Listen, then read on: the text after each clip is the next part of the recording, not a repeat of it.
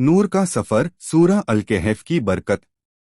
बहुत समय पहले की बात है। एक छोटा सा गांव था जहां एक नेकदिल और गरीब लकड़हारा रहता था।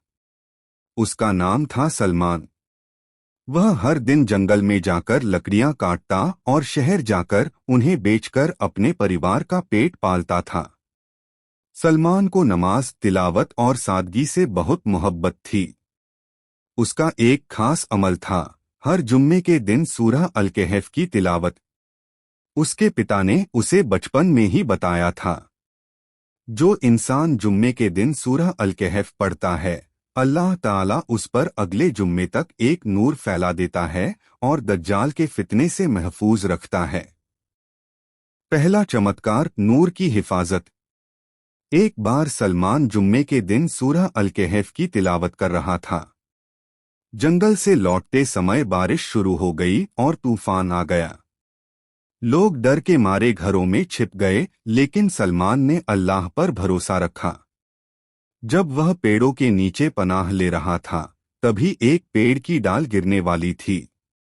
लेकिन अजीब बात हुई, जैसे ही डाल गिरने लगी, एक तेज नूर की दीवार सलमान के चारों तरफ बन गई और डाल उस पर गिरते गिरते रुक गई। वह चौंक गया, मगर समझ गया कि ये सूरह अल कहफ की बरकत है। दूसरा चमत्कार, हिदायत की राह। एक दिन सलमान का बेटा यूसुफ बुरी संगत में पड़ गया। वह नमाज छोड़ने लगा, रातों में घर से बाहर रहने लगा। सलमान बहुत परेशान था। उसने दुआओं और रो रो कर अल्लाह से फरियाद की। जुम्मे की रात उसने खास सूरह अल कहफ की तिलावत करके बेटे के लिए दुआ की। ऐ अल्लाह, जैसे तूने गुफा वालों अस्हाबे कहफ को अपने हिफ्ज में रखा, वैसे ही मेरे बेटे को भी गुमराही से बचा ले।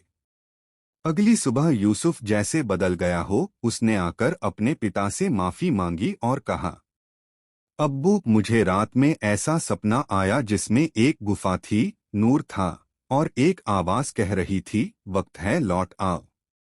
सलमान की आंखों में आंसू थे।